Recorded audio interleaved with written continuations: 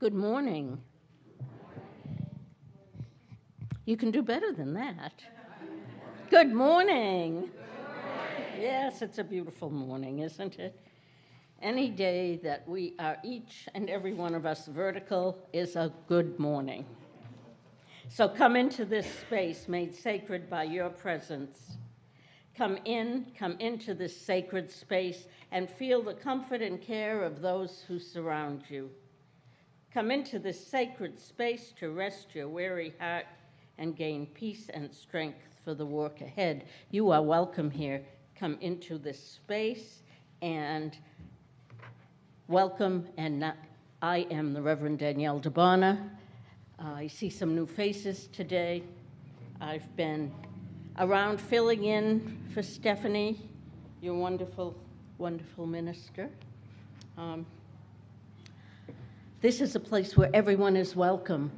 You are welcome if you are looking for a place, if you are searching for a place where you will be loved and cared for, where you can come here and share your deepest, most heartfelt worries, joys, and sorrows. And this is a place where we find out from the rest of the other members of the community what is going on, and so are there any announcements? Of course. I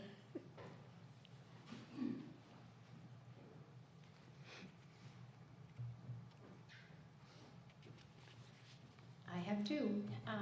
Thank you to the 12 people who filled out our group survey.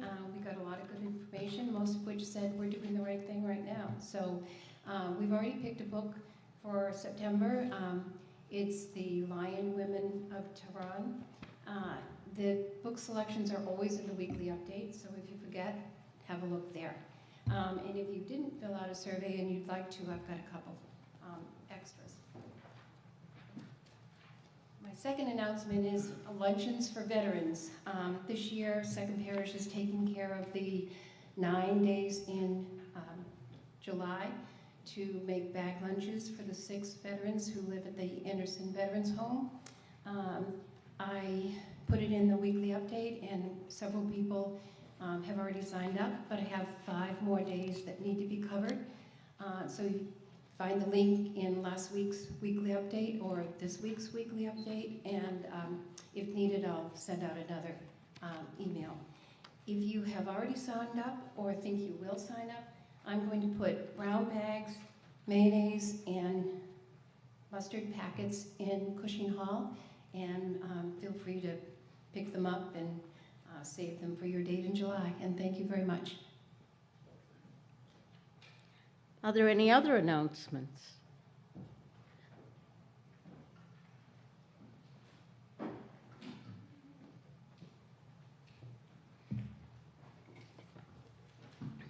Good morning, everyone. Some new friends and some old friends. We're Marianne and Len O'Connor, and our daughter is Elizabeth Rose Olson. And we are here this month to celebrate her and her life. We lost Elizabeth in 2016 to fentanyl poisoning, and since that time, we have been involved in a foundation in Florida where her home was, and we now live full-time. Every year for the last 8 years, Second Parish has chosen Elizabeth's Foundation for your Second Sunday collection in June. After a long time and a lot of deep thought, Len and I have decided it's time to suspend our work formally with the foundation. So this will be the last donation from Second Parish to our charity, and we cannot thank you enough. Your emotional support, your financial support, and your outreach has been phenomenal.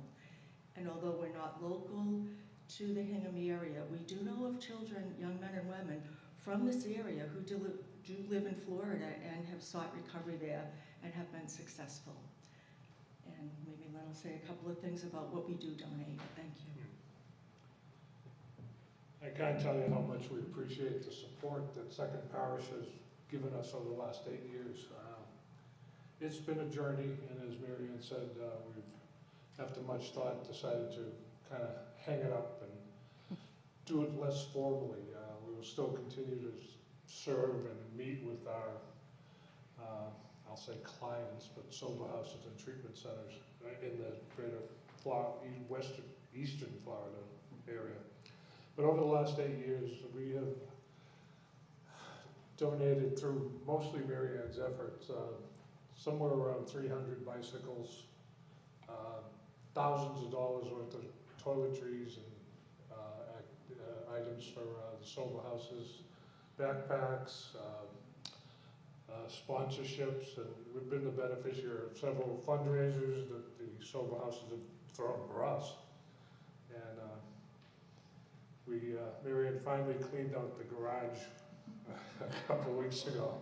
I just read a little blip that 25% of the people with two-car garages can't put a car in. That's been us. My car is now in there now. But we can't tell you how much we appreciate the support of Second Parish. And we still think fondly of this group, although it's been almost 9 years since we've been local and been able to attend service. But when we get here, we come. So thank you again.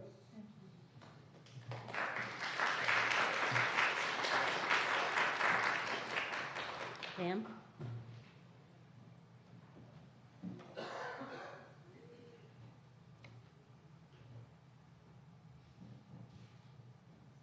Good morning. Very quick reminder that after this coffee hour today, we will be having our annual meeting. Please stay and vote. Thank you. Also, Stephanie's retirement party, this is the fun part, is on Friday at 6 p.m. We had hoped to have it here, and our original invitation said it was here, but too many people wanted to come, so we had to go into a bigger venue. It will be at the Sons of Italy Hall in Hingham this Friday at 6 o'clock. Thanks. Any other announcements?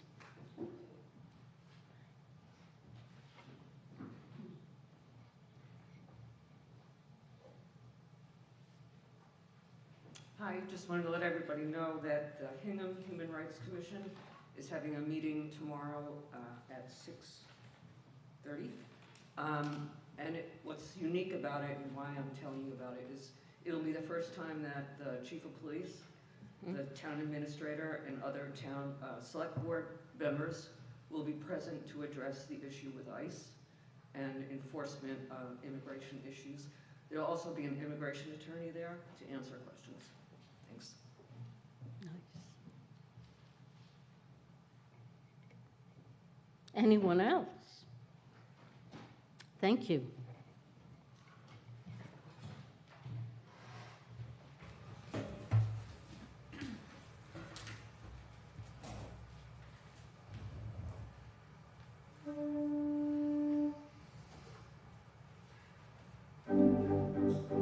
The Sabbath day is come again, the holy day of rest. In peaceful stillness lies the world, content fills every breast, content fills every breast.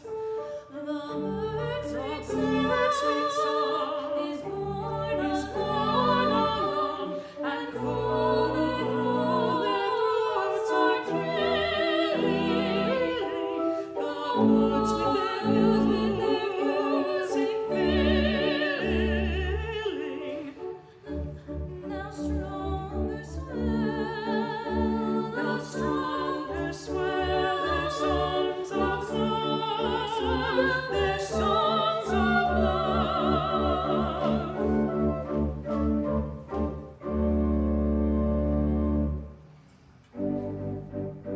The bells chime clear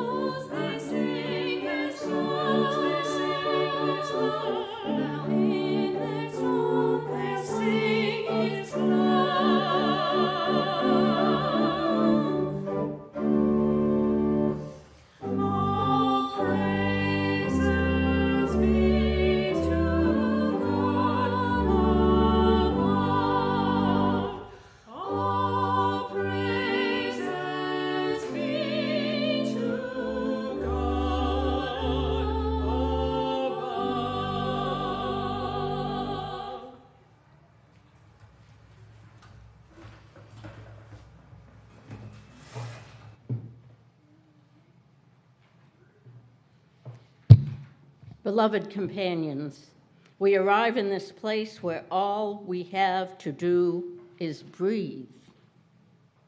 We don't have to impress or convince or win over. We don't have to know the words. It's okay we didn't read the book or pass the class or carry that title or meet the mark. We don't have to be anything but who we are. Here we rest in essence together. And to move into this communal rest, we lay down our burdens, our longings, our cravings, our unmet needs, our error, our regrets, our sudden disappointment, our anxiety or shame, our sheer exhaustion, our bewilderment, our bafflement, our burgeoning terror. All of this we lay down together today. As we do this, may we be filled instead with presence. May we feel held in the comfort of our community. May we discover new compassion for ourselves and for others. May we meet this moment with gentleness, ease, and gratitude. Gratitude for this air we breathe together, for these questions we ask together, for the justice we seek together, and for the songs we sing together. So may it be. The words of Kate Steinberg. I invite you to stand as you are willing and able and join in one of my favorite hymns, hymns 361, Enter, Rejoice, and Come In. It's in your gray hymnal.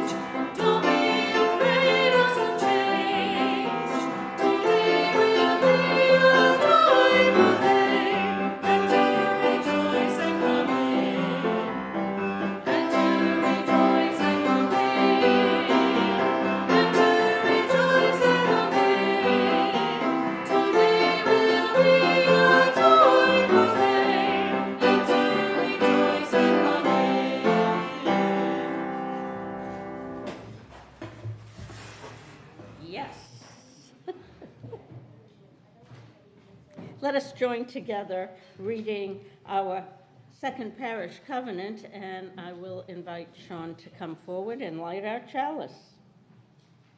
With love for each other and with respect for each person's search for truth and meaning, we unite to be of service to our neighbors and the larger world. Thank you, Sean. Would the children like to come forward now? Or anyone who feels young at heart this morning?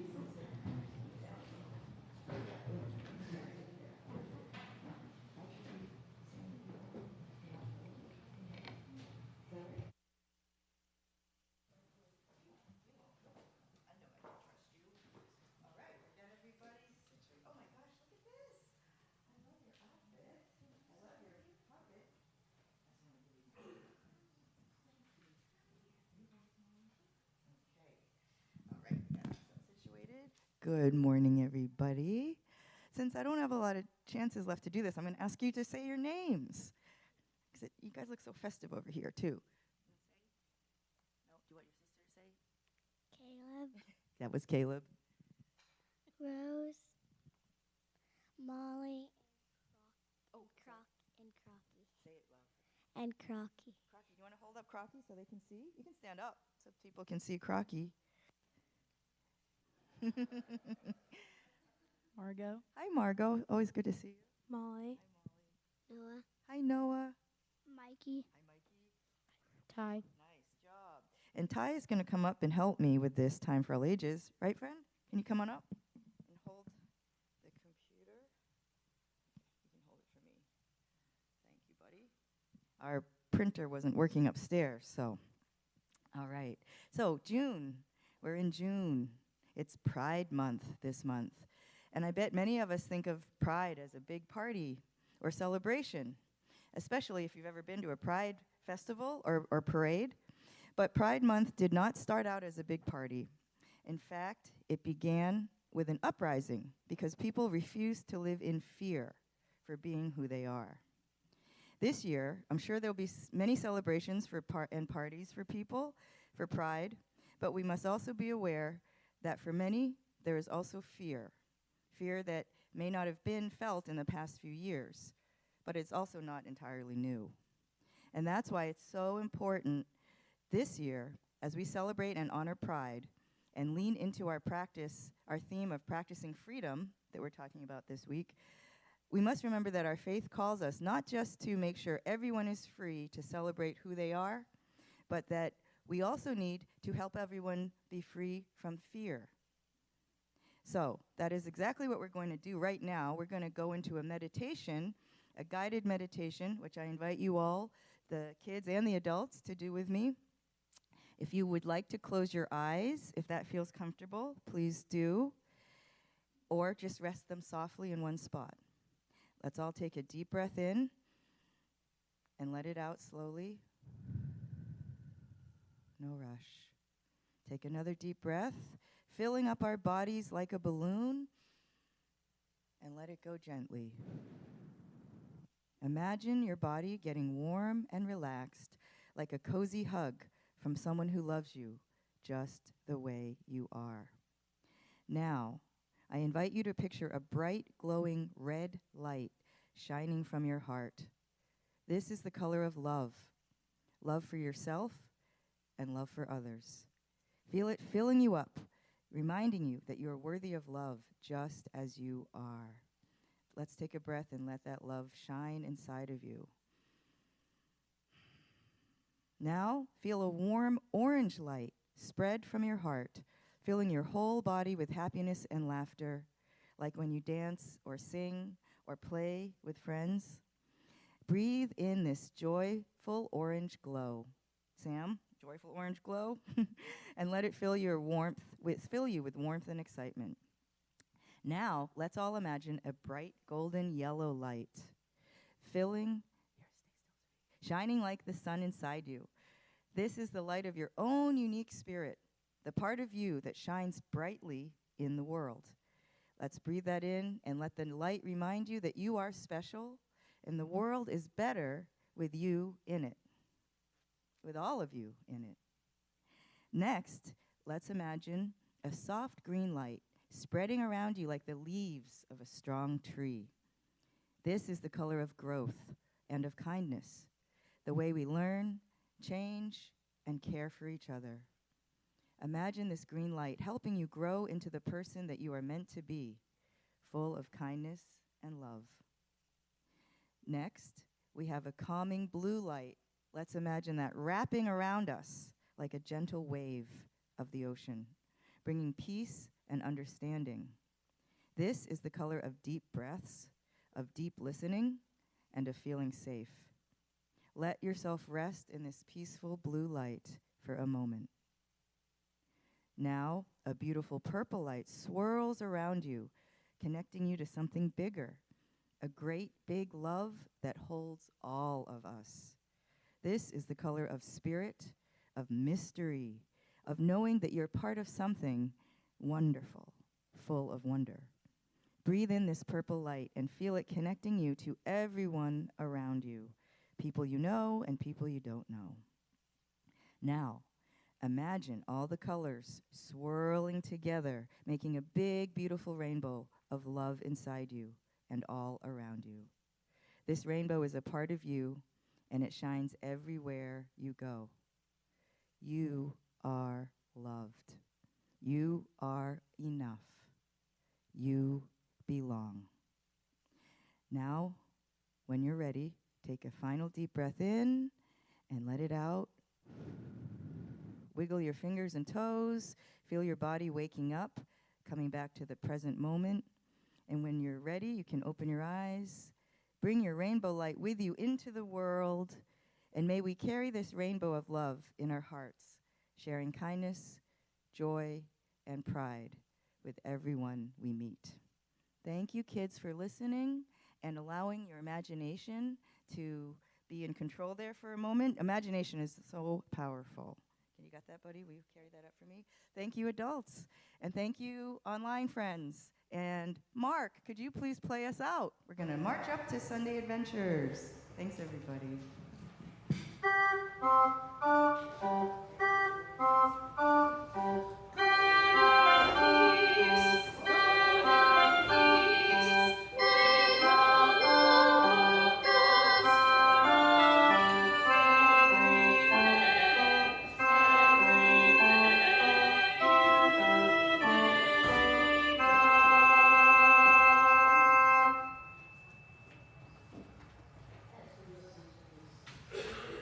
Of music, I invite you to fill out the cards in your pews if you have joys or sorrows that you would like to share, and they'll be collected a little later.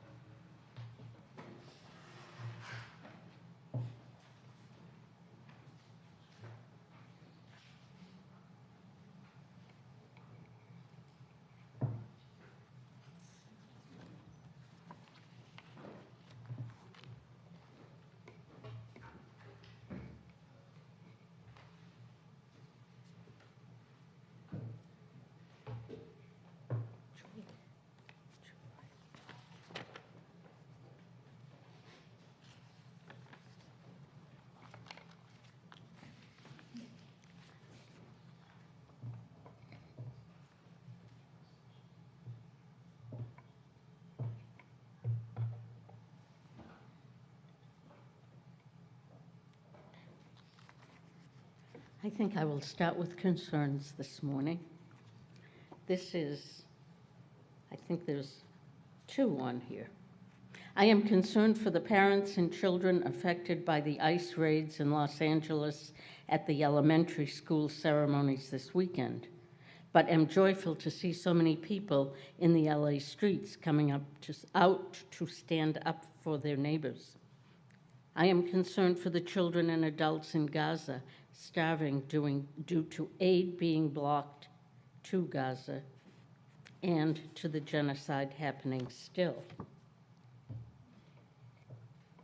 And now we have many joys. Joy from Sean Gallagher. My daughter, Megan, also a daughter of Second Parish, was married on Friday to Mark Edelson. Congratulations. How many of you remember her? Lovely. It is a joy to have old friends, Marianne and Len, here with us this morning.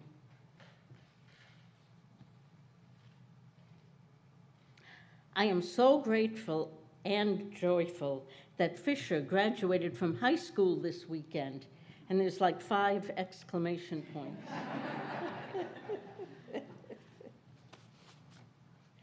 Marianne and Len O'Connor are extremely grateful for the continued emotional and financial support from the members of Second Parish since the establishment of the Elizabeth Rose Olson Foundation.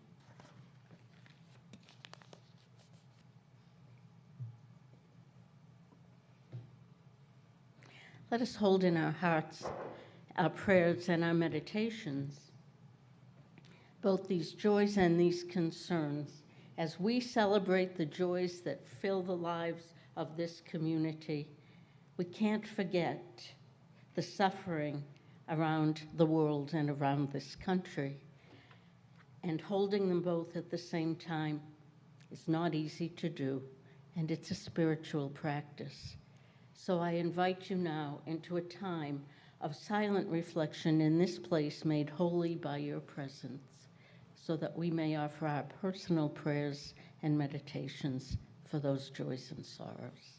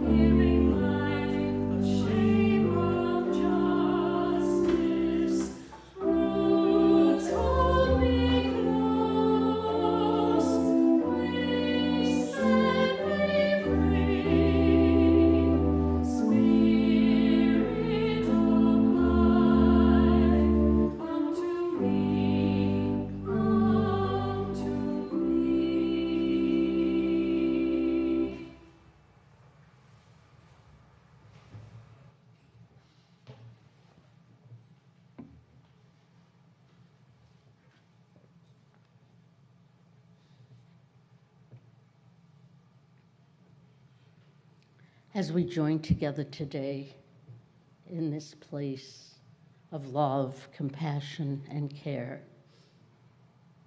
I invite you to breathe deeply and remember, this is the place where you belong.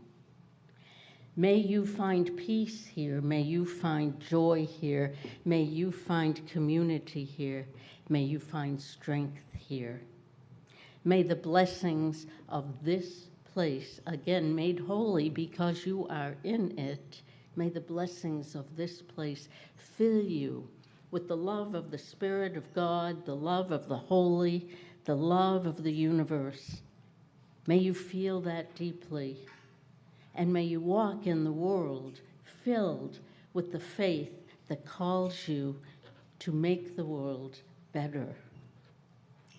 May you find the strength to be at peace, the peace that you find in this place, the peace that we offer each other, to be at peace when you leave this place and go into the turmoil of our world today. May you find yourself centered. May you not be gritting your teeth. May you breathe easy. And may you remember that you, each one of you, we together, have work to do to make this world a better place. And may you remember that the job is never done, and you will not finish it. And may you remember that perfection is never required.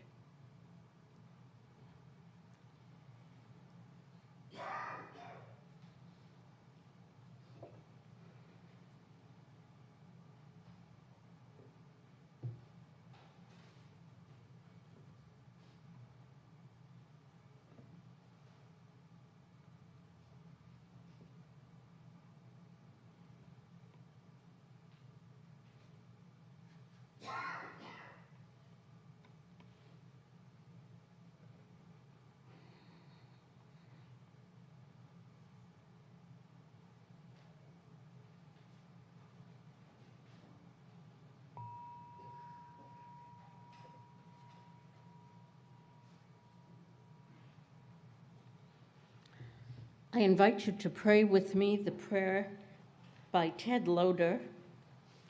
I want to breathe deeply. It's in your order of worship. Eternal friend, grant me an ease to breathe deeply of this moment, this light, this miracle of now. Beneath the din and fury of great moments and harsh news, make me attentive still to the good news, to small occasions, and the grace of what is possible for me to do, to give, and to receive, that I may miss neither my neighbor's gift nor my enemy's need.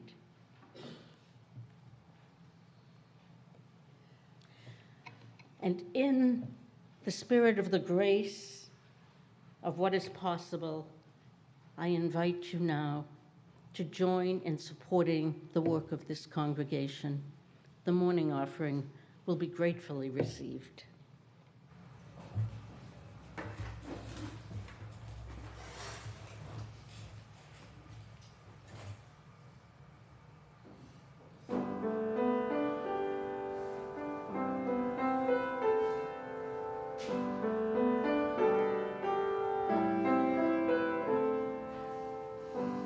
I will make you brooches and toys for your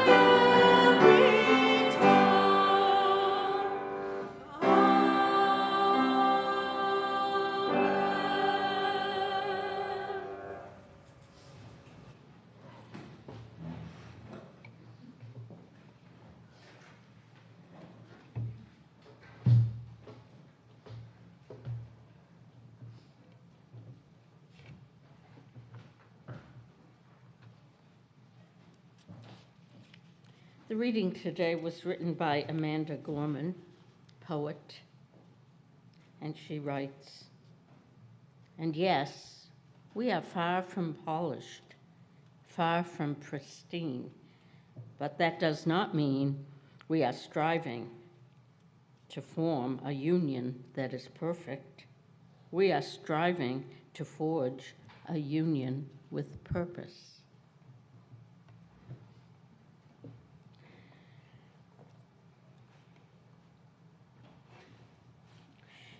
In 2018, the UUA president, the Reverend Dr. Susan Frederick Gray, invited me to preach the service of the living tradition, and she offered me the year 2019 or 2020. And given that General Assembly was in Providence in 2020, I chose that year. It was a huge honor, and I was very excited to be close to home with my family and friends and 4,000 other friends, preaching to them as the preacher for this event. You may remember. So I ended up at the UUA in a conference room with a videographer and his son, preaching the service of the living tradition, which was later, of course, part of the online event. A bit anticlimactic for me, anyway. Nonetheless, quite an honor.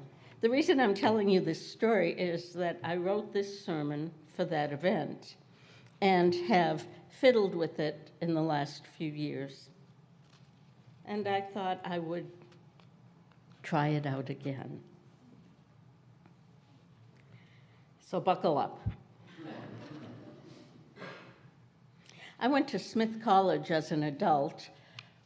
They have a program called the Ada Comstock Scholars Program for women of non-traditional age, and I was considerably non-traditionally aged. Graduated when I was 43. So I had a little bit of life experience under my belt. And I learned from all of those 18, 19, and 20, 21-year-old young women, as I hope they learned from me. However, I had a different attitude about being in college, commuting to Smith and Northampton from Marston's Mills, and on the 2 days I wasn't there, I was working in Boston. So, as Tom Lehrer said, pass and be forgotten with the rest. So when I was a student there, the attitude of many of the students, especially the traditional age students, was a grade of B was a tragedy, something to denigrate oneself over. The unrealistic goal was perfection. Now, I appreciate the work that goes into a 4.0 or higher average, although I must admit I never had this experience. However, the reality is that most students, even Smith College students, will not be perfect. I saw students banging their heads against a brick wall as they were studying for the art history final exam. Mental and physical breakdowns happened at that wall every year for that class. This, my friends, is not healthy. Again, my experience was similar to Tom Lehrer, who I'm sure had a 4.0 average, but tells us to pass and be forgotten with the rest in his music. I loved my time at Smith and was completely engaged in my classes. But I was very comfortable with finishing my work, hitting the print button and the send button, and let the chips fall where they may. And except for one class, they fell just fine. I did not graduate summa cum laude, or any loud, but I graduated. My mantra has been, for too many years to count, it's good enough. Just be glad I'm not a neurosurgeon.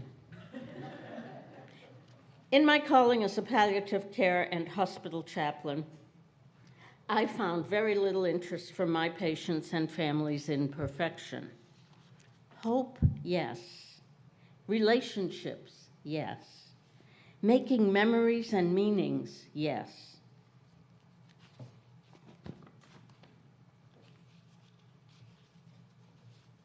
There was an article written by Erica Bacon many years ago, well, 4 or 5 years ago, and in it, 2 things stood out for me. The first is our Unitarian Universalist expectation of perfection in our congregations. It is a culture shock for somebody like me who spent 25 years taking care of people who were dying and their families to come into congregations that are looking for perfection.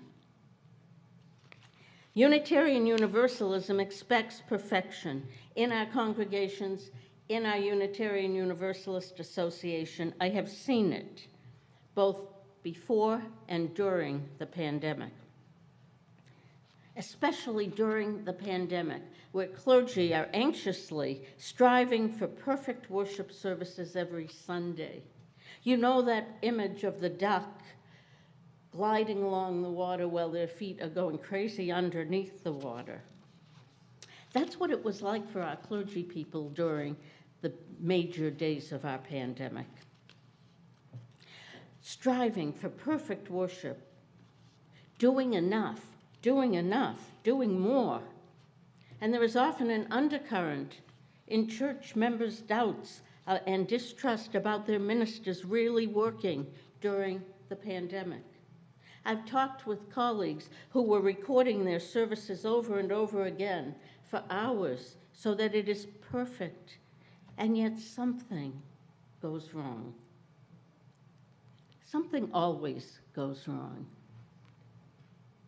And if it doesn't, someone will email or text that minister to describe what they saw is an error.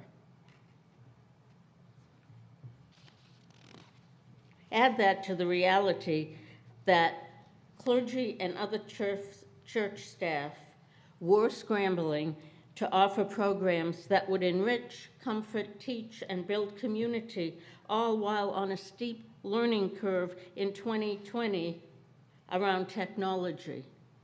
We're so much better than that now, technologically. And for that, I guess we have a pandemic to thank. I would have been happy to live without it. Nonetheless, there is a Facebook page. I'm on it. It's called Things They Didn't Teach Me in Seminary, which is practically everything about doing ministry. Trust me, none of us had classes in technology. I have to laugh. We didn't even have personal computers. We had to go to the library to use the big ones. And for many of us, there was no such thing as YouTube, and certainly Zoom was in our dreams. I find a peculiar trend toward perfectionism as a goal and virtue in Unitarian Universalism. It's in our genes. We come from Puritan Protestants who showed up in Boston as the elite class and as Unitarians, not Universalists, Unitarians. The sense that we, were the saved, special people who had all the answers and deserved all their success due to their hard work, education, and breeding. This, my friends, I call a sense of entitlement, and I believe it works hand in hand with perfectionism, and it is a scourge. Lest you think that this is just about you-yous, let me continue.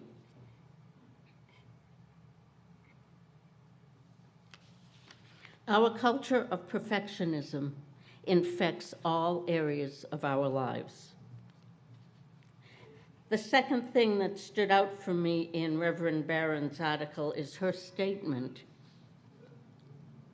Perfectionism is a feature of dominant white culture. Perfectionism, along with its sibling, urgency, is a tool of white supremacy. She goes on to say, we leave no room for collaboration, discussion, or even more importantly, mistakes. Our culture asks us, no, demands of us that we produce a perfect product, and it should be done immediately. Doesn't this sound exhausting? It is. And I'll bet that many of you have these experiences in your work, or is it possible in your congregation? Perfectionism is a disease. It is a barrier to relationships. It is exhausting and deadly. Mark DeJesus hit the nail on the head when he said, perfectionism is a very subtle and dangerous mindset that lures people into bondage. I had never thought of that, but when I think it through, it makes perfect sense how we are bonded to the perfectionism that lives in us, that makes us let everything else go to be perfect. It's in our muscle memory as Unitarian Universalists. Between the white dominant culture and Unitarian Universalism culture, we are experts in perfectionism. Do you know, and I know you don't, so I'm going to tell you. I have watched this. At General Assembly, the ones that actually happen in real life, which now are more often, every night the board members disappear. Now there's 3,000 or 4,000 Unitarian Universalists around who would love to talk to a board member and check in about things and ask questions, but no, the board members disappear every night, and any of the others who will be participating in the next day's general session, and for hours they rehearse. They rehearse a meeting for a long time, with a timed agenda down to the minute. How do I know this? Well, when I was honored with the Distinguished Service Award, I was told I had 2 minutes to speak. 2 minutes. Had they not met me? I ask you, my friends, how often have you talked with me and got away in 2 minutes? Doesn't happen. So, of course, I did not meet the 2-minute mark. I had to speak my heart. And so it took longer than 2 minutes. I could see the people who coordinate this and who plan the meetings with their anxiety in the front row. Like, come on, come on. There was anxiety in the ranks, but listen. Are a few minutes going to end the world? A few minutes, will it change the work of Unitarian Universalism in a 5-day meeting? What are we there for our hearts? Or for something so rigid that we can't step out of it? Although I am half Wampanoag Indian, I was raised in a traditionally white Italian immigrant home. So when I moved to Kansas City and joined, sounds like a strange word, joined the Pan-Indian community, I was in for quite a shock to my system. I would show up to a meeting a little early to find myself locked out. Locked out for quite a while, long enough so that I would be sitting on the curb. Someone would eventually show up, open the door, and start coffee. Now, we think we have a coffee thing. You should hang out with some of these Indians. Eventually, after everyone greeted everyone else, we would start the meeting with a prayer. A very, very lengthy prayer in Navajo. I don't speak Navajo. And then the meeting could start. By then, my anxiety was through the roof. Through the roof. You know, let's go. But you know, over time, I came to appreciate the community's grace and compassion and love as they took as much time as it took to be in the right way before business could begin. There was no urgency and definitely no sense of a need to be perfect. And it's a good thing, because my first efforts at making Navajo tacos, anything but perfect. Sitting back and accepting that the world will never be perfect for you, that good enough is a prayer, will free you, will free us, will free me from this bondage. But it is a hard lesson to learn and practice. I believe this is spiritual work, religious work, faith-based work, faithful work. Good enough can be a prayer. It is a hard lesson. I recommend a deep and fruitful spiritual practice. The term spiritual practice may be foreign to some of you or even off-putting, but give me some grace here. A spiritual practice to center yourself in mindfulness does not need to be lengthy or religious or restricting. My best spiritual practice is counting steps, which I used every day when I would go from one patient room to the next, not knowing what I would be facing and what needs would be in the next room. There are so many things I do to live spiritually, and I fail just as often as not. To live spiritually, to be purposeful, and to see, truly see. You would be surprised at how long I spend in the chapels, at hospitals, in the Catholic Church, right down the street from my house, just to rest. Spiritual practice can be sitting and resting. It can be praying the prayers of your childhood. It can be reading poetry. It can be, for me, grooming a dog, right? It can be anything. And most important, it does not need to be, it must not be perfect. We are people of faith. We need to look beyond ourselves to something to center our minds and hearts so that we can breathe through the errors of the day, the errors that we will make, so that we can stop and remember why we are here, taking up space on this Mother Earth. Perfectionism is a disease of the soul. It has been said that perfectionism is how we function when we want to be puritanical in our spiritual beliefs, and that's not us.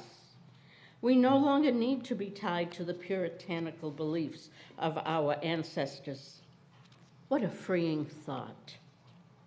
However, I believe that although we are no longer puritanical, mostly, we can still open ourselves to lessons to strengthen our souls, hearts, and minds, especially our minds, to remember that the culture of perfectionism permeates our daily lives. It lives in our bones.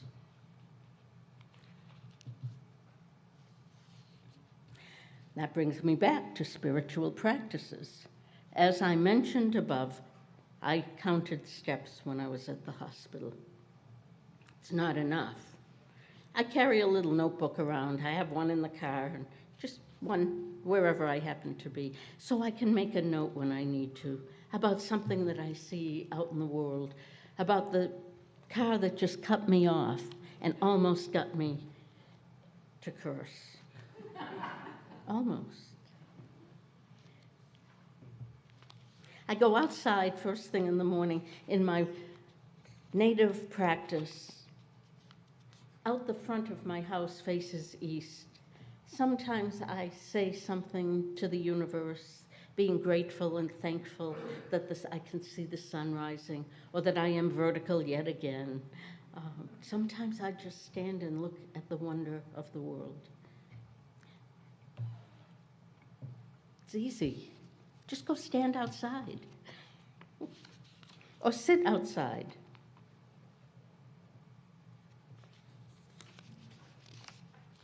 So can you give up perfectionism for purposeful living? Can you rest your soul and mind in purpose, not perfection? I invite you to contemplate this, to reflect and listen. Listen very closely to your heart. What is it telling you? Could it be telling you to purposefully rest?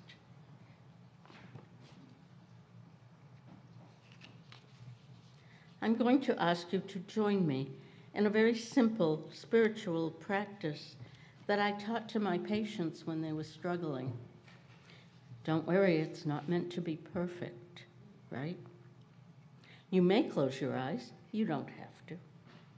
I'm going to do this 3 times. I'm going to tell you the words, and then we will do it 3 times. Breathe in peace, breathe out love.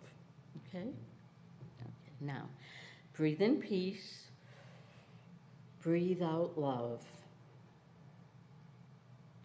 Breathe in peace, breathe out love. Breathe in peace, breathe out love. My beloveds, may you be perfectly, perfectly imperfect. Amen.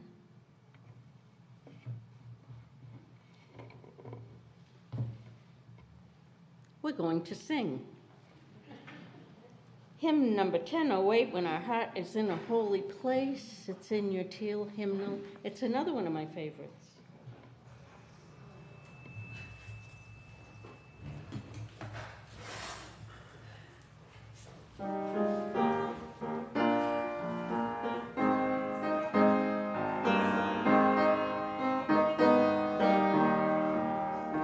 When our heart is in a holy place, when our heart is in a holy place, we are blessed with knowledge.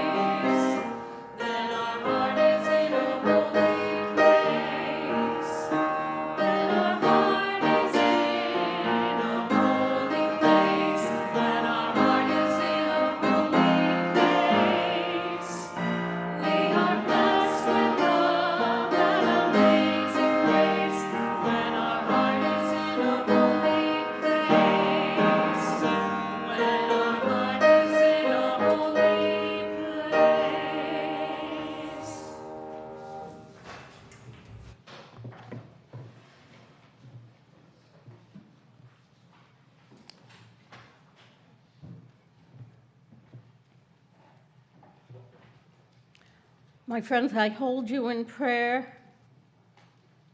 I hold you in prayer that your heart is in a holy place and that you are blessed with love and that the wisdom in your soul allows you to move with grace and comfort in this world. My friends, I pray that you will be blessed with a holy heart and that you will continue to be imperfectly perfect. Amen.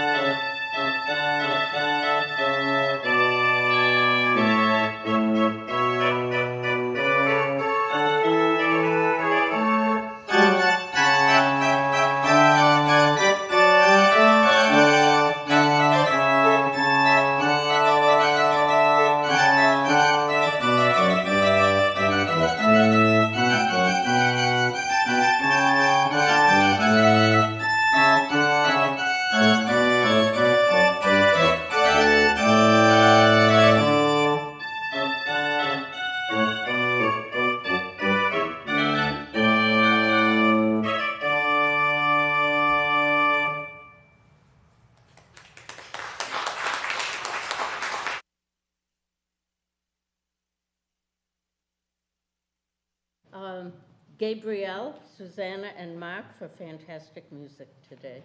Thank you.